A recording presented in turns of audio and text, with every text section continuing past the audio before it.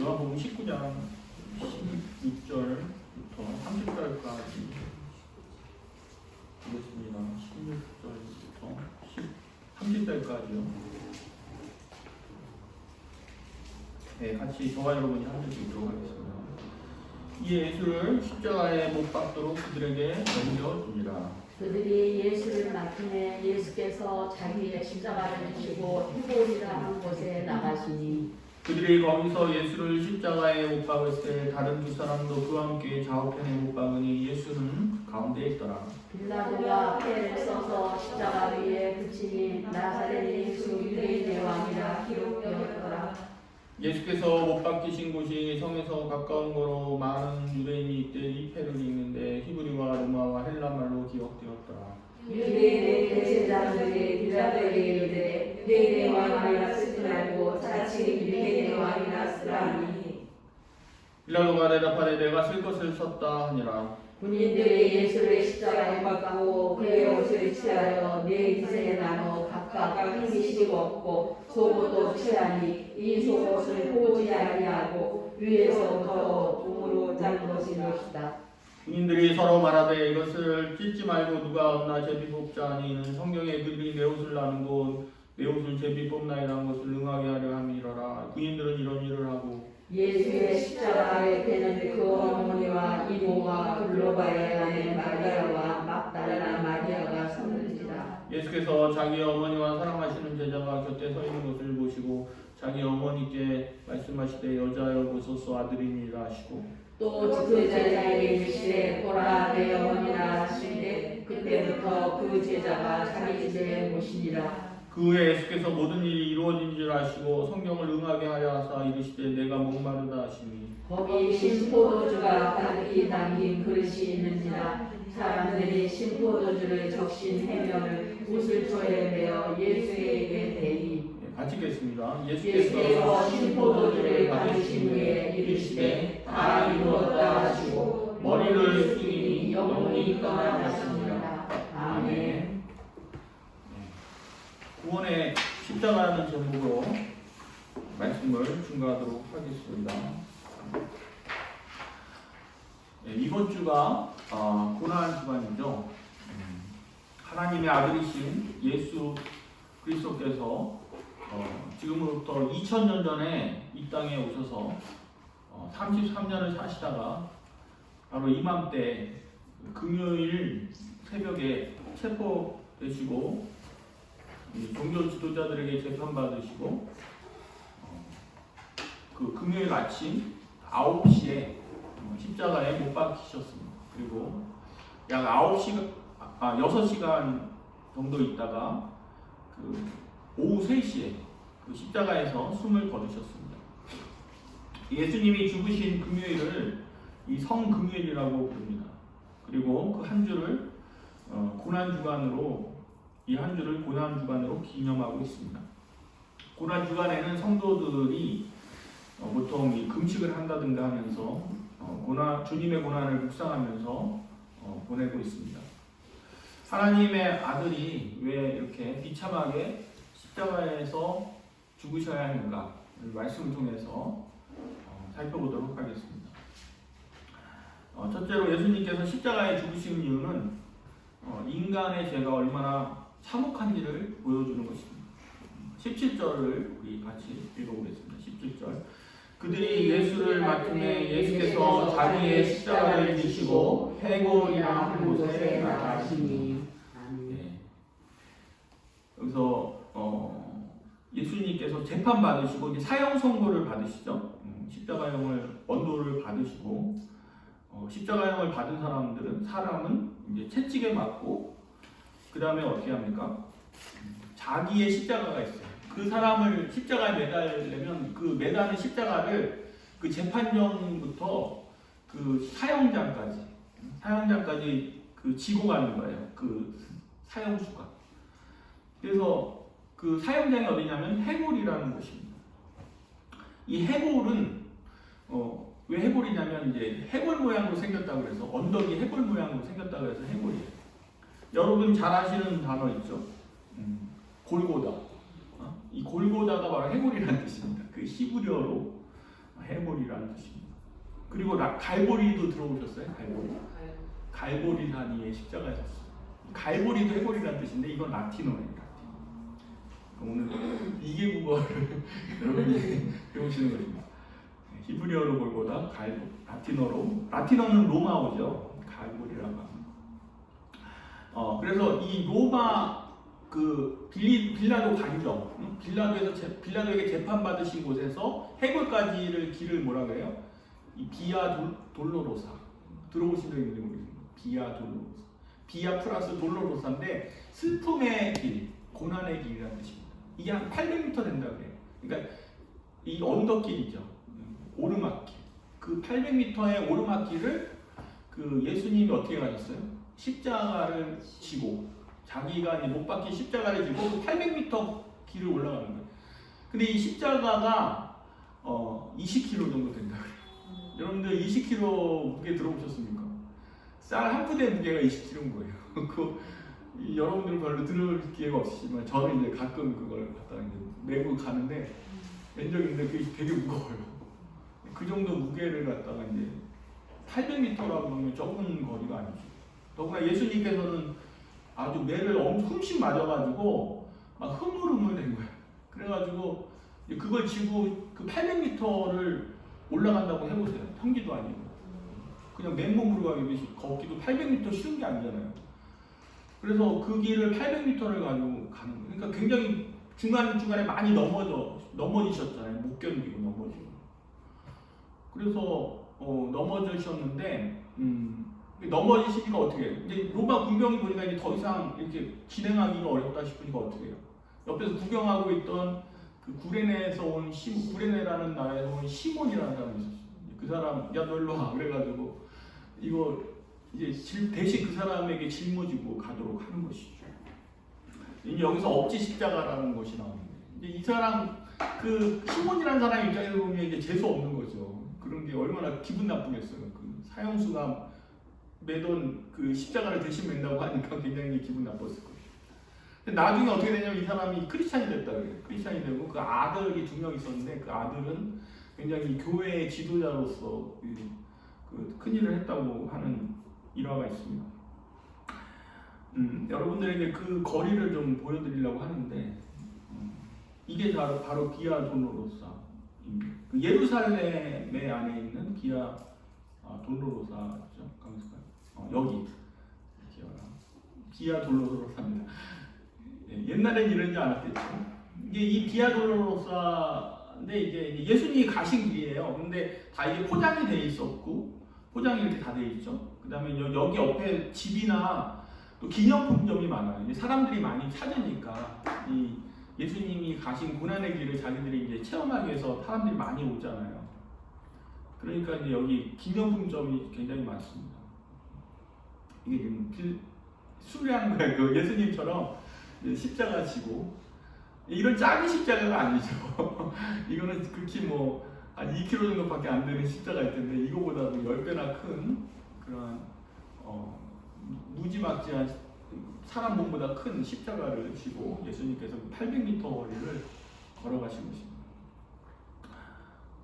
그래서 여기 골고다 이렇게 쭉 800m를 가면 그 위에 이제 골고다 언덕이 있는데 오늘날의 그러한 골고다 언덕이 아닙니다. 이게 골고다 언덕 이렇게 쭉 올라가다 보면 이게 바로 그 골고다 예수님이 못 박히셨다고 하는 이 언덕이에요. 근데 여기 이제 그 기념교회가 세워져 있어요. 예수님을 기념하는 십자가에서 못 박히신 것을 기념하는 이 교회가 세워져 있어요. 저도 여기 가봤는데 우리가 영화에서 보는 그런 언덕을 연상하고 갔거든요. 근데 좀 약간 실망스러웠죠. 이게 딱 그 옛날의 모습은 하나도 남아있지 않고 이 교회의 모습만 남아있기 때문에 이 덩그러니 있었기 때문에 좀 약간 실망스러웠지만 어쩔 수 없죠. 그래서 어쨌든 이 안으로 들어가 보니까 이렇게 되어 있습니다. 교회 내부의 모습입니다. 이게 화려하게 장식이 되어 있어요. 화려하게 장식되어 있고 이것은 예수님의 시신을 내려서 염을 했던 그 판이래요. 알 수는 없지만 그러면서 이렇게 사람들에게 관광객들에게 보여주고 있습니다. 오늘 여러분 오시는 것은 돈 버신 겁니다. 이거 올라가 수백만 원 들여가지고 여기 전에 갔었는데 옛날 생각이 좀 나긴 합니다. 네, 그래서 여기 이제 가서 이 헤볼이라는 곳에 이렇게 못을 박히셨습니다. 그리고 18절 우리 같이 읽어보겠습니다. 그들이 거기서 예수를 십자가에 못 박을세 다른 두 사람도 그와 함께 좌우편에 못 박으니 예수는 가운데 있더라. 아멘. 골고다 언덕에 다다랐을 때 이제 로마 군병들이 예수님을 거기서 십자가에 이렇게 못 박았다고 합니다. 그래서 여기 보면 이제 간단하게 이렇게 예수님을 십자가에 못 박았다고 간단하게 간신히 처리하고 있지만 이거 영화로 보면 굉장히 끔찍해요.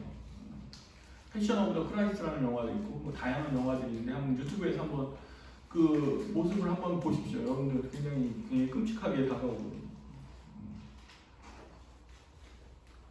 그래서 그 십자가에다 이제 십자가를 눕혀놓고 이제 못을 박은 다음에 그걸 세워가지고 세워두는 것이죠. 영화에 보면 이제 그렇게 나오고 있습니다. 이 십자가 처형 방법은 아주 인간이 고안한 인간을 가장 고통스럽게 죽이는 가장 잔인하고 비인간적인 처형 방법이라고 합니다. 왜냐하면 이 십자가형은 처음에는 이제 시작이 죽은 사람을 죽여놓고 거기다 이제 본보기로 매달아 주는 거였거든요. 근데 그게 진화를 하는데 죽여서 매다는 건 사실 별 고통이 없잖아요. 근데 생사람을 거기다 이제 매달아가지고 죽을 때까지 놔두는 거예요. 그러니까 그게 얼마나 고통스럽겠어요. 사람이 여기다 이 매달려면 그냥 뭐 끈으로 묶어놔도 힘들 텐데 여기다 못을 박는 거잖아요. 그 발목과 이 손목에 못을 박아가지고 매다는 거거든요. 그러니까 여기 얼마나 아프겠습니까? 이 손목과 발목이.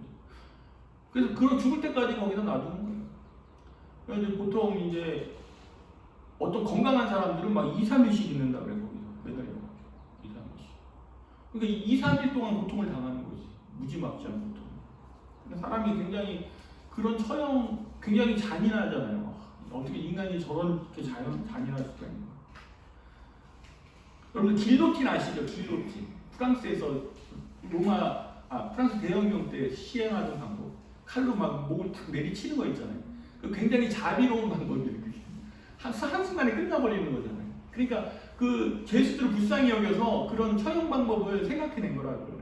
우리는 지금도 그 길로틴 하면 끔찍해 보이는데 이 십자가형은 얼마나 정말 길로틴에 비하면 수백 배 더 끔찍한 것이죠. 그래가지고 거기서 이제 2, 3일 동안 매달려 있으면서 그 낮에는 이 못에 의한 고통은 말할 것도 없고 낮에는 막 햇빛 때문에 뜨겁고 그 다음에 밤에는 막 영하까지 내려갑니다. 춥고 막 이런 거예요. 그리고 막 이렇게 몸에 새들이 막 공격을 한대요. 까마귀 같은 것이 와요. 영화 보니까 막 까마귀가 눈을 파먹더라고요. 영화. 그러니까 막 2중, 3중, 몇 중의 고통을 이렇게 주는 거예요. 그러니까 이 예수님께서는 거기서 이제 6시간밖에 버티지 못하셨어요. 왜냐하면 너무 예수님이 채찍에도 굉장히 많이 맞으셨잖아요. 그래가지고 너무 탈진되고 너무 예수님의 몸이 그렇게 돼가지고 이 6시간 만에 이렇게 숨을 거두시게 됐던 것입니다. 그래서 이 십자가형은 너무 잔인해요. 너무 잔인하고 참혹한 것입니다. 저주의 십자가인 것입니다. 그래서 사람들은 이 십자가를 생각하기도 싫어했다는 거예요. 십자가라는 것을 머리에 떠올리기도 싫어했대요. 그 성경에 보면 십자가에 대해서 자세히 묘사하고 있지 않아요. 그냥 예수님이 십자가에 못 박았다 이러고 끝나버려요. 그걸 자세히 묘사한다는 것은 그 당시에 어떤 그런 분위기로는 그것이 허락되지 않았다는 것이죠. 사람들 너무나 십자가를 끔찍히 여겨가지고. 그래서 이것은 너무나 끔찍한 형벌이었기 때문에 로마에서도 그 아무나 이 형벌을 부과하는 것이 아니에요. 로마 사람들한테는 이 형벌을 부과하지 않는다고 그래요. 주로 어떤 사람에게 하냐면 이제 반역자들. 우리 조선시대 때도 반역자들 막 이렇게 거열형에 처하고 그랬잖아요. 그런 것처럼 이 로마에 이제 반란을 일으킨 사람들에게 처하거나 아니면 정말 극악무도한 형법, 그 흉악범에게 뭐 연쇄살인범이라든가 뭐 이런 사람들에게 이 형벌을 부과했다고 해요. 이 스파르타쿠스라고 이 로마에 노예들이 많았어요. 노예들이 많았는데 이 스파르타쿠스라는 노예가 반란을 일으켰어요. 그 사람이 그러한 그 부당한 대우에 참지 못하고 뛰쳐나와가지고 반란을 일으켰는데 거기 사람들이 막 노예들이 막 수많은 노예들이 몰려들어가지고 그 반란의 규모가 굉장히 커졌어요. 근데 나중에 그 반란이 진압이 됐는데 포로로 잡힌 노예들이 2,000, 3,000명이 됐다고. 그 사람들을 다 십자가에 못 박았어요. 그러니까 그 십자가에 못 박힌 노예들의 숫자 거리가 한 2km, 3km가 됐다고.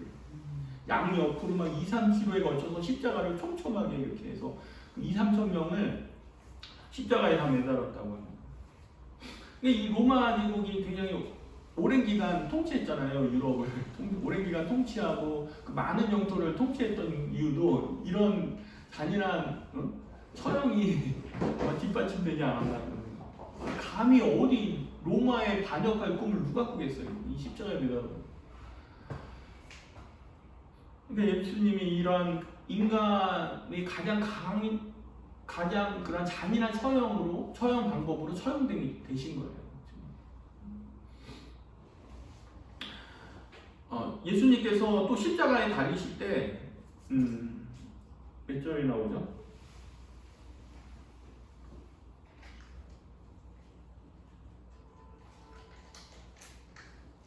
18절에 보면 그 좌우편에 그 다른 사람들도 못 박았다 그러지. 좌우편에 두 사람도 함께 못 박았다 그러죠. 근데 여기서는 그냥 두 사람이라 그랬는데 이 다른 공간복음에 보면은 이 강도라고 해서 강도도 함께 좌도와 우도도 함께 예수님과 함께 이렇게 십자가에 못 박혔습니다. 왜 두 강도와 함께 십자가에 못 박았을까?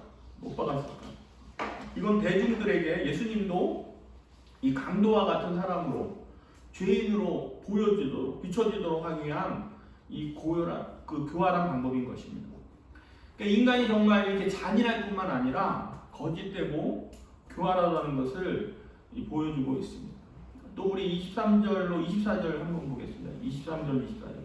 군인들이 예수를 십자가에 못 박고 그의 옷을 취하여 네 빚에 나눠 각각 한 빚씩 얻고 속옷도 취하니 이 속옷을 호지 아니하고 위에서부터 통으로 짠 것이라. 군인들이 서로 말하되 이것을 찢지 말고 누가 없나 제비뽑자 하니 이는 성경에 그들이 내 옷을 나누고 내 옷을 제비뽑나이다 한 것을 응하게 하려 함이로라. 군인들은 이런 일을 하고. 이 로마 군병들이 그 사형을 집행하던 사람들이죠. 이 사람들이 이제 4명하고 병사들과 4명이고 이제 장교 1명인데 이 사람이 예수님의 사형을 집행한 사람들이에요. 그러니까 이들이 이제 예수님의 옷을 십자가에 그 못을 박을 때는 옷을 다 벗긴다 그래요. 옷을 다 나체로 다는 거예요. 우리 그림 보면 이렇게 팬티 입고 막 그런 모습이 있는데 사실 그거는 그냥 한 거예요. 원래는 다 그냥 옷을 벗겨가지고 그냥 나체로 이렇게 십자가에 못 박는다 그래요. 그래서 로마 군병들이 그 예수님의 벗긴 옷을 가지고 서로 나눠 갖는 거예요.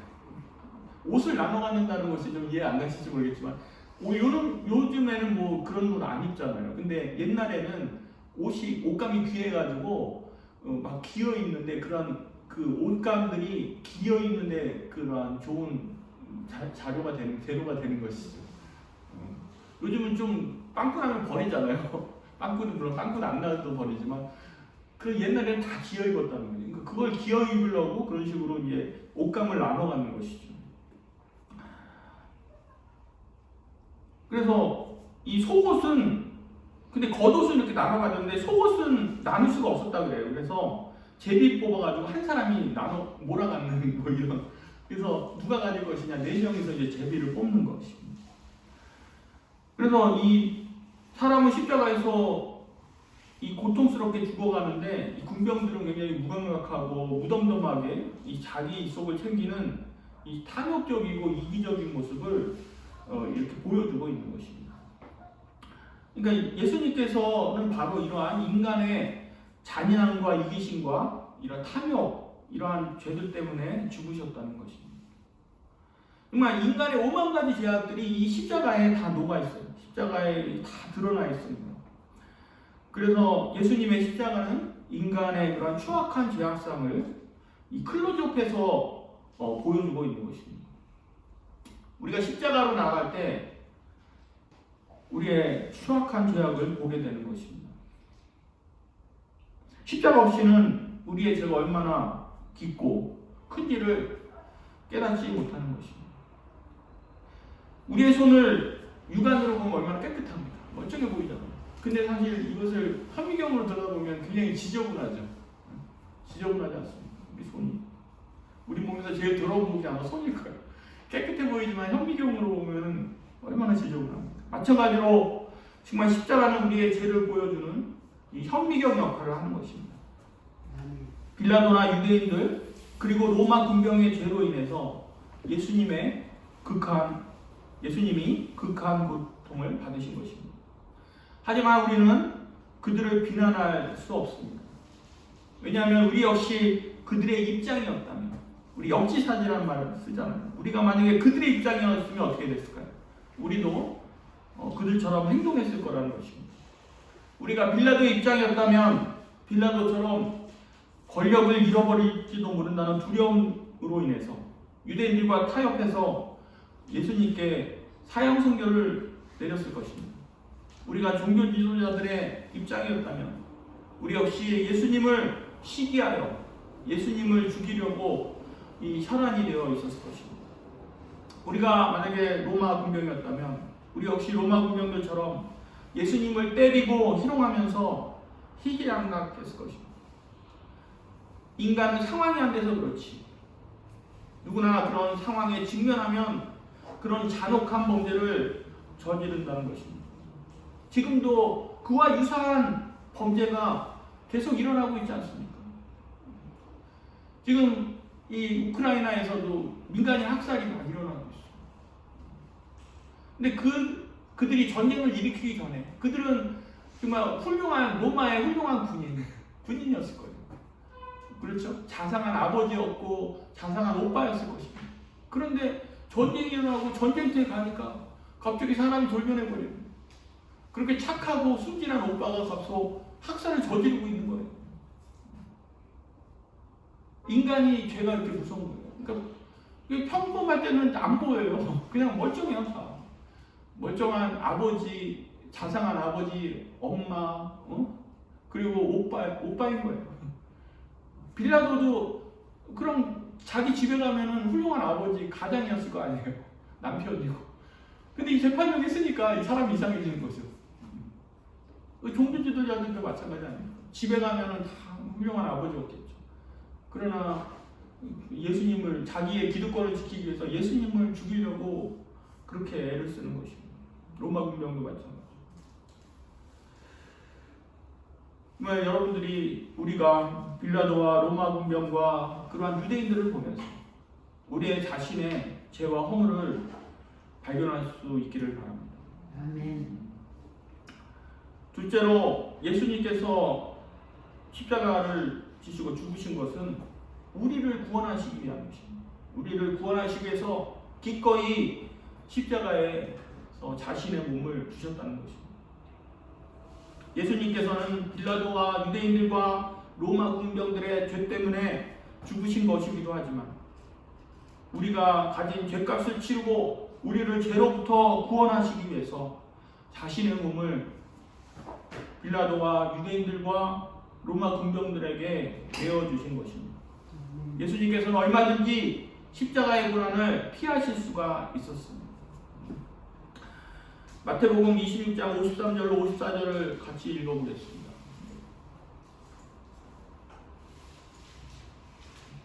같이 읽어보겠습니다. 너는 내가 내 아버지께 구하여 지금 12군단 거대된 군사를 보내시게 할 수 없는 줄로 아느냐. 내가 만일 그렇게 하면 이런 일이 있으리라 하는 성경이 어떻게 이루어지겠냐 하시더라. 아멘. 네, 여기서 너는 베드로 말하는 것입니다. 예수님이 체포될 때 베드로가 이제 거기에 저항을 하죠. 예수님을 잡으러 온 사람 중에 한 명을 칼을 들어가지고 매를 쳐서 귀를 떨어뜨리잖아요. 귀를 베고.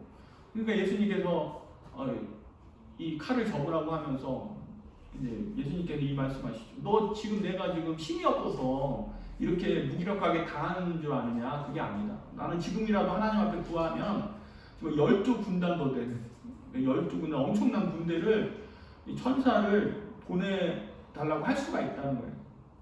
근데 지금 안 하고 있다는 것이죠. 못해서 못해서 이렇게 하는 게 아니고 안 해서 안 하는 것이다.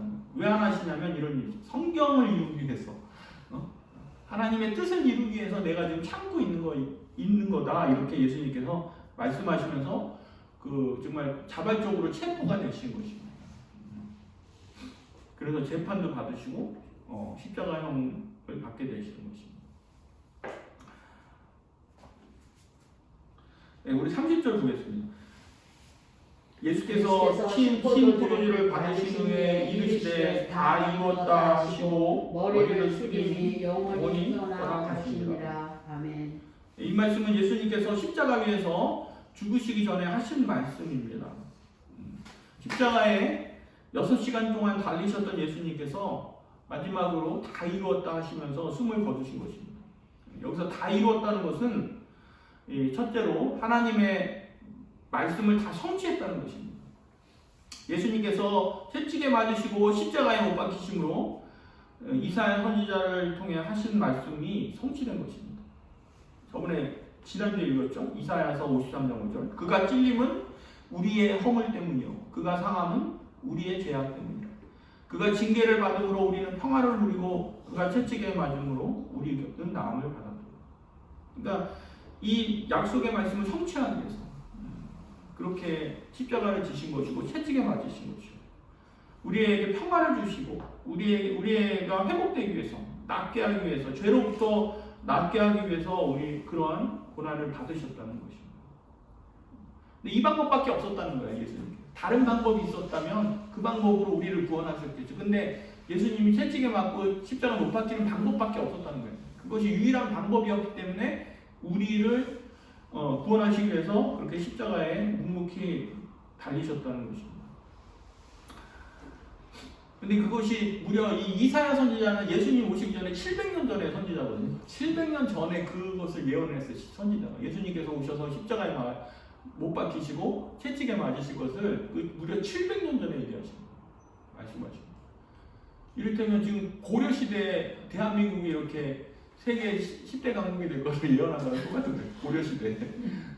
어마어마한 거죠. 이 예수님이 강도 이 두 명과 함께 십자가에 달리셨다고 그랬잖아요. 이것도 우연히 일어난 것이 아니에요. 이사야 말씀에 또 예언되어 있다고 합니다. 이것이 53장 12절 한번 보겠습니다.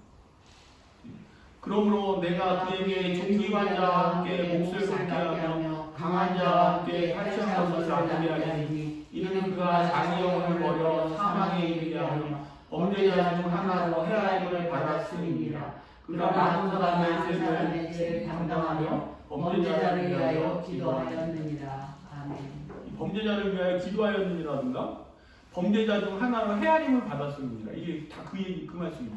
그러니까 강도와 함께 한 통 속으로 이렇게 매도가 됐다는 것입니다.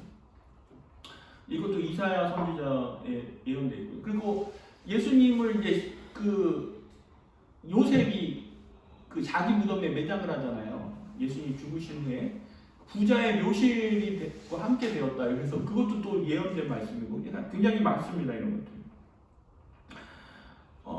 그리고 아까 군병들이 예수님의 옷을 나누고 제비 뽑았다는 것도 다 성경에 미리 예언되었던 것입니다.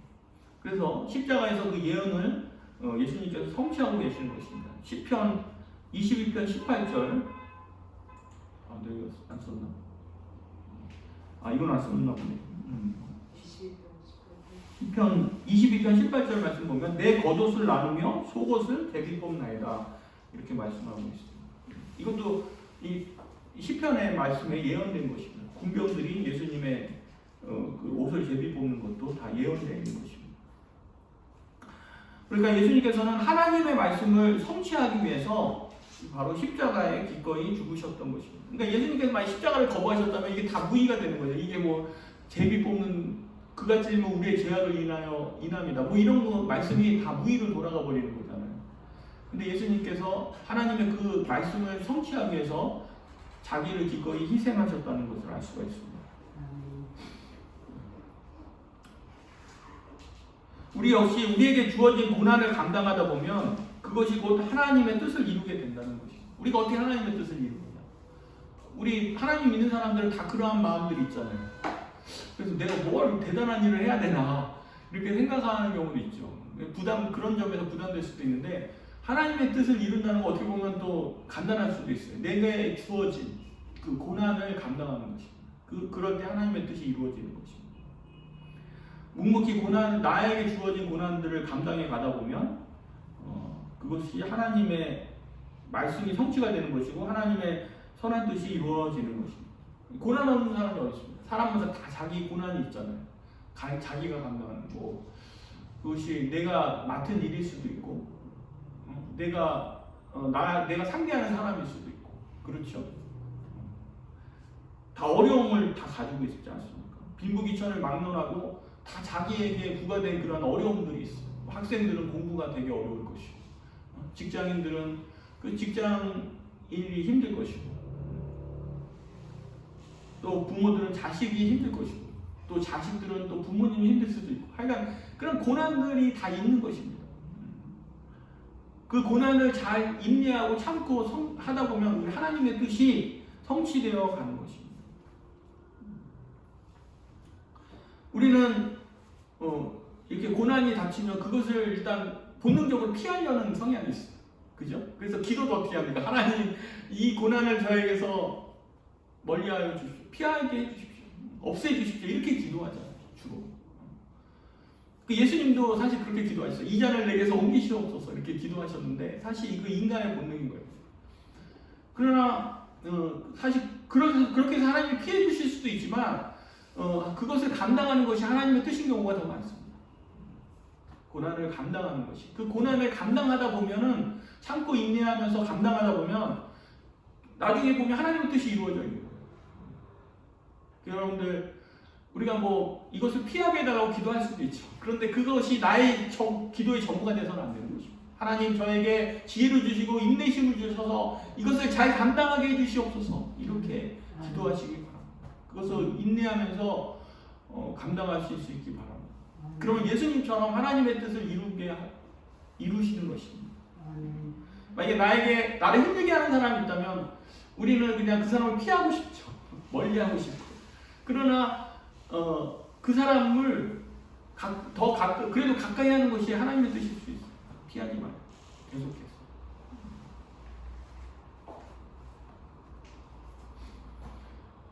그래서 고난을 잘 감당하심으로 예수님처럼 하나님의 뜻을 이루시는 여러분 되시기 바랍니다. 때가 되면 주께서 놀랍게 역사하실 것입니다. 그래서 하나님께서 나에게 이 고난을 주셨구나. 그래서 나에게 복을 주시기 위해서 고난을 주셨구나. 이것을 체험하게 되실 것입니다.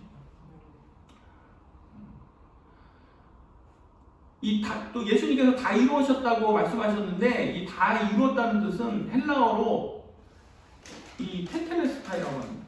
이 테텔레스타이는 다 지불했다 이런 뜻입니다. 다 지불했다. 이 상업적인 용어인데 대가를 다 지불했다는 거예요. 값을 다 지불했다는 거예요. 그러니까 이 예수님이 십자가에서 이 고통을 우리 대신 다 받으셨기 때문에 우리가 지불해야 될 죄의 대가는 전부 사라지고 죄로 인한 심판도 받지 않게 된다는 것입니다. 여러분들 죄가 무서운 게 뭐예요? 그게 이 대가가 있다는 거죠. 심판이 있고 형벌이 있다는 거 아니겠어요? 그러니까 그것을 우리 대신 담당하기 위해서 십자가를 지신 거예요. 주님은 너무나 사랑이셔서 우리를 정말 죄로 심판하기를 원하지 않으세요. 그렇다고 해서 우리를 심판할 수도 없고, 하여간 이 심판하기를 원하지 않으세요. 그렇다고 심판하지 않을 수 없어요. 왜냐하면 공의로우시기 때문에 죄를 반드시 심판하셔야 되거든요. 그러니까 이것이 딜레마인 거예요. 그 딜레마를 어떻게 해결하십니까? 바로 예수님을 통해서 해결하십니다. 자기 가장 사랑하는 아들에게 그 죄값을 치르게 하시는 거예요. 우리 대신. 그래서 우리가 예수를 믿으면 그것이 동일한 효과를, 내가 치른 죄값을 치른 것과 동일한 효과를 가져오는 것입니다.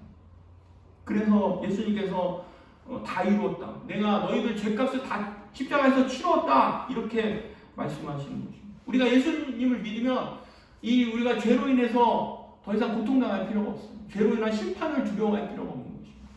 살아서뿐만 아니라 죽어서도 이 죄로 인한 심판, 고통을 우리가 두려워하지 않을 필요가 있어요. 두려워할 필요가 없는 것입니다. 그러니까 주님께서 우리 죄를 대속하시기 위해서 자신의 몸을 기꺼이 내어주셨던 것입니다. 이렇게 예수님께서 자신의 몸을 내어주셨기 때문에 유대인들은 예수님을 붙잡아 재판에 넘길 수 있었고, 빌라도는 예수님께 사형 선고를 내릴 수 있었습니다. 그리고 로마 군병들은 예수님의 몸을 마음껏 유린할 수 있었던 것입니다. 만약에 예수님께서 그 십자가 형벌을 받지 않고 거부하셨다면 그와 유사한 고통을 우리 스스로 고스란히 다 치러야 했던 것입니다. 그렇다고 이 모든 인간이 죄의 대가를 예수님으로부터 대신 지불받는 것은 아닙니다. 오직 예수님을 믿고 십자가 앞에 나가는 자만이 그런 은혜를 받게 되는 것입니다. 아멘. 주님을 믿는 자들은 자기 죄를 깨닫게 되고 이 모든 죄를 용서받게 되는 것입니다. 주님을 믿는 자들은 더 이상 자기 죄 때문에 형벌을 받을까봐 두려워할 필요가 없게 된 것입니다. 주님의 십자가 앞에 나오지 않는 자들은 어떻게 됩니까? 이 빌라도나 유대인들이나 로마 군병 같은 이 죄를 지으면서 살게 되는 것이고, 언젠가 그로 인한 죄의 대가를 톡톡히 치르게 될 것입니다. 이 빌라도나 유대인들이나 로마 군병이나 그들이 특별히 악한 사람들이어서 그런 죄를 짓게 되는 것은 아닙니다. 아까도 말씀드렸지만 그들도 평범한 사람들이고 사랑스러운 아들이었을 것입니다. 그렇게 행복하게 살았을 그런 사람들이 어느 날 이 어떤 상황이 닥치니까 돌변해가지고 그런 무시무시한 이 죄를 짓게 되는 것입니다. 빌라도를 비롯해서 예수님께 참혹한 죄악을 저지른 악한 사람들은 그 이후에도 끊이지 않고 있어 왔습니다. 지금은 영국이 신사의 나라로 불리고 선진국으로서 이 세계의 모범국가로 군림하고 있지만 과거 영국은 그렇지 않았습니다. 그들이 흑인 노예들에게 저지른 죄악은 차마 입에 올리기도 끔찍한 것입니다. 17세기 영국은 이 노예 무역으로 엄청난 부국이 되었습니다. 이 아프리카에서 흑인을 사냥에다가 이 중앙아메리카로 데려갔습니다. 거기서 사탕수수를 재배해서 설탕을 만들어서 또 수출해가지고 이 설탕 무역으로 돈을 벌었어요. 그리고 이 노예 상인들이 노예를 잡으려면 무기가 필요하잖아요. 또 무기를 팔아가지고 돈을 벌고 이런 식으로 돈을 벌고, 그러니까 엄청난 부자가 된 것이죠. 그러나 그 과정에서 수많은 흑인들이 인권을 유린당하면서 고통 속에서 죽어나갔습니다. 이 흑인을 운반하는 노예선이 있었는데 이 대서양을 왔다 갔다 해야 돼요. 그러니까 몇 달이 걸린다고. 그러니까 이 배 한 척에다가 노예를 막 수백 명, 수천 명씩 태우는 거예요. 막 짐짝 싣듯이. 거기다 막 이 배 밑에다가 막 사람을 포개가지고 넣는 거죠. 그러니까 그 운반 과정에서 얼마나 많은 사람들이 죽었어요. 막 태반은 죽어나갔다고. 병들어 죽고 막 그 안에 열악한 환경, 이 화장실도 없는 그 밑에 그 배 밑에서 막 햇빛도 잘 보기 힘들고 이거 막 폐사슬에 묶여가지고, 그래서 대서양 한번 건너면 뭐 한 태반은 죽는 거죠. 그래가지고 막 어떤 노예들은 자기 너무나 고통스러우니까 이제 생을 포기하는 거예요. 그래서 자기 스스로 막 바닷속에 빠지는 사람도 있고, 아니면 그 음식을 거부하는 사람도 있대요. 음식을 거부하면은 이제 선장이 막 그 입을 강제로 벌린다는 거예요. 그 도구를 써가지고 입을 강제로 벌려가지고 막 음식을 쑤셔넣고 막 그러면서 그런 식으로 해서 이 인권을 유지하고, 하여간 엄청난 죄악들을 이렇게 저질렀습니다. 그리고 막 그 중앙아메리카로 이제 가서 데려다 놓는 거예요. 그럼 흑인들이 또 뭔 일을 하냐면 거기 사탕수수를 재배하는 거예요. 사탕수수를 재배해서 이 사탕수수를 또 기계에다 놓고 막 그 즙을 짜내잖아요. 그 짜내다 보면 그거를 갖다 밤늦도록 그런 일을 했대요. 하루 종일. 잠은 조금 자고 막 밤늦도록 막 불 켜놓고 일을 하는 거예요. 그러면 얘네들이 얼마나 피곤합니까? 막 졸다가 그 손이 기계로 빨려 들어간대요. 그러면 기계를 멈추고 빨리 손을 빼내야 되는데 한시도 기계는 멈출 수 없다 그래가지고 손을 잘라버린다. 그래가지고 그 노예들 가운데 손이 잘린 노예들이 굉장히 많이 있었다. 그리고 그 노예들이 너무 배가 고프니까 그 액을 좀 설탕을 좀 먹잖아요. 그 걸리면 막 온갖 고문을 자행을 했다고 합니다. 그러니까 그렇게 아주 끔찍한 제약을 저지릅니다. 우리가 보면 이제 이 홀로코스트 독일 사람들의 범죄만 생각하잖아요.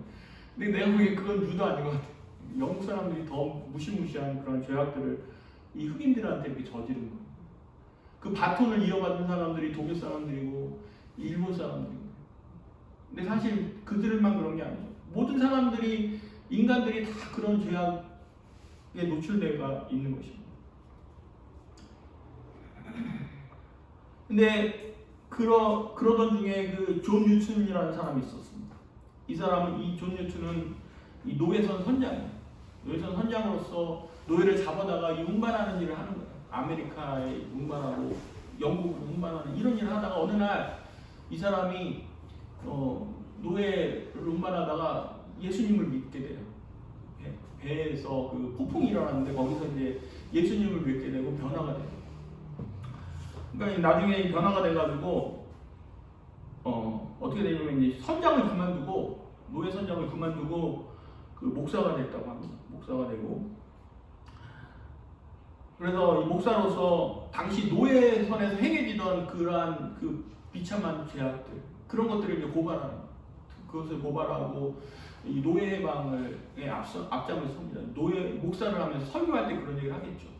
그러면서 그 여론을 형성하면서 이 노예 해방을 하도록 이렇게 하는 것입니다. 당시 노예 해방가가 있었는데 그 윌리엄 윌버포스라고 들어보셨나요? 모르겠는데 그때 같이 이렇게 동역해가지고 노예 해방하는 일들을 해요. 결국은 영국에서 노예 판매 금지법이 통과가 됩니다. 거기 일조한 사람이 존 뉴튼인데, 이분이 누군지 아십니까?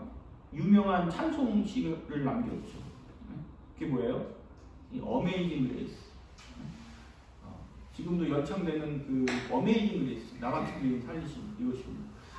나 같은 죄인 살리심. 원래 그 어메이징, 영어 이름으로는 어메이징 그레이스고 우리나라 이름 뭡니까? 나 같은 죄인 살리심이죠. 그래서 그는 이 예수님을 믿었기 때문에 그동안 저질렀던 죄를 용서받을 수 있었고 그 죄에서 벗어날 수 있었던 것입니다. 그래서 그 은혜를 감사해서 이 찬송시를 지었어요. 나 같은 죄인 살리신 주 은혜에 놀라워 잃었던 생명 찾았고 광명을 얻었다. 또 2절에 보면 큰 죄악에서 건지신 주 은혜 고마워 나 처음 믿은 그 시간 귀하고 귀하고. 나 같은 죄인 살리신 큰 죄악에서 건지신, 자기를 그 노예선의 선장에서 그 큰 죄악을 저지르던 그 선장이었던 자기를 건져주셨다는 거예요. 그래서 만약에 주님이 건져주시지 않았다면 자기는 계속 그 노예 선장을 하다가 나중에 하나님 앞에 심판받아 죽었겠죠. 그러나 거기서 건져주셔가지고 자기가 다시 새 생명을 찾을 수 있었다고 이렇게 고백을 하는 것입니다.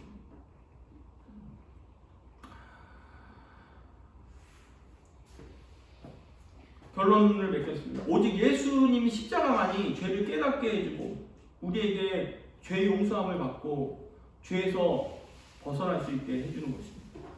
여러분, 여러분들은 이렇게 고백할 수 있습니까? 존 뉴턴처럼 나 같은 죄인 살리신, 큰 죄악에서 건지신 주 은혜 고마워. 잃었던 생명 찾았고 광명을 얻어. 여러분, 우리가 이렇게 고백할 수 있어요.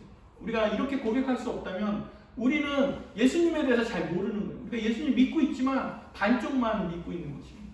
여러분, 내가 얼마나 큰 죄인이고 정말 이러한 죄로 인해서 죽을 수밖에 없는 죄에서 나를 주님께서 다시 건져주시고 새 생명을 주셨다.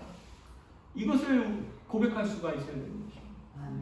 여러분들이 이것을 고백할 수 없다면 아직 죄가 얼마나 비참한 죄인인지 깨닫지 못합니다. 이 고난주간을 맞이해서 예수님의 십자가를 바라보면서 여러분들이 내 자신이 얼마나 큰 죄인인지 깨달으시기 바랍니다. 그리고 주님이 나를 이런 나를 건져주셨다. 그 극심한 비참한 길에서 나를 건져주시고 새 생명과 광명을 주셨다는 것을 이 고백할 수 있는 여러분들 되시기를 주님의 이름으로 축원합니다. 아멘. 또 마지막으로 우리 말씀 28절로 30절 읽고 마치겠습니다. 그 후에 예수께서 모든 일이 이미 이루어진 줄 아시고 성경을 응하게 하려 하나 이르시되 내가 목마르다 하시니 거기 신포도주가 가득히 담긴 그릇이 있느니라. 사람들이 신포도주를 엮인 횡면을 우슬초에 내어 예수의 입에 내니 예수께서 신포도주를 받으신 후에 이르시되 다 이루었다 하시고 머리를 숙이니 영원히 떠나가십니다. 아멘. 기도하겠습니다. 하나님 아버지, 자 우리에게 이 귀한 예수님을 주시니 감사를 드립니다. 예수님께서 이 십자가를 주심으로 우리가 평안을 누리고 우리가 나음을 잊게 되었습니다. 하나님 아버지, 정말 이 은혜를 생각하면 우리가 정말 이거 헤아릴 수가 없습니다. 아버지 하나님, 주께서 참 이런 귀한 은혜를 주셨는데 우리가 더욱더 십자가를 붙잡고 십자가 앞에 나가서 우리 죄를 깨닫고 더욱더 우리가 회개하는 자가 되게 하시고, 하나님 아버지 정말 이 예수님의 십자가를 통해서 우리가 더욱더 평화를 누리고 주님과 평화를 누리고 또 사람들과 평화를 누리는 저희들 될 수 있도록 역사하여 주시옵소서. 십자가의 은혜가 우리 삶 가운데 넘치기를 간절히 원합니다. 우리 고난을 두려워하지 않게 도와주시고 더욱더 우리에게 주어진 고난들을 열심히 감당해 나갈 수 있도록 역사하여 주시옵소서. 예수 그리스도 이름으로 기도하옵나이다. 아멘.